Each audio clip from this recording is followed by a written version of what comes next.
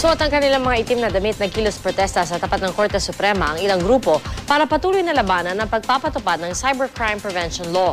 May ulat on the spot si JP Soriano. JP?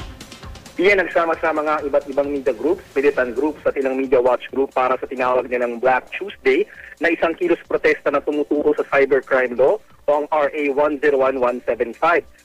Suot nga ang mga itim na damit at bit-bit nila ang itim na banner na ito. Nagmarch ang iba't ibang grupo katulad ng mga miyembro ng media groups, social media advocates, communication students mula sa UP at militant groups sa Padre Paura papuntang Supreme Court.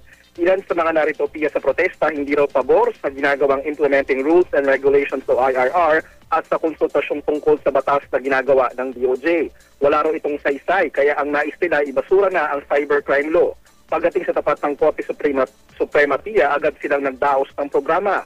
Bantay sarado naman ng mga pulis ang paligid at may mga truck din o may truck din na nakabantay mula sa bombero sa loob ng Supreme Court. Ayon sa mga grupo, unconstitutional o labag daw sa salitang batas ang cybercrime law at ayon sa abogado ng NUJP na si Atty. Theodore Te, nakasaad daw sa isang artikulo ng ating Bill of Rights na wala raw dapat na ipatupad na batas o ipasa na batas na makapitigil sa freedom of speech, expression, and freedom of the press.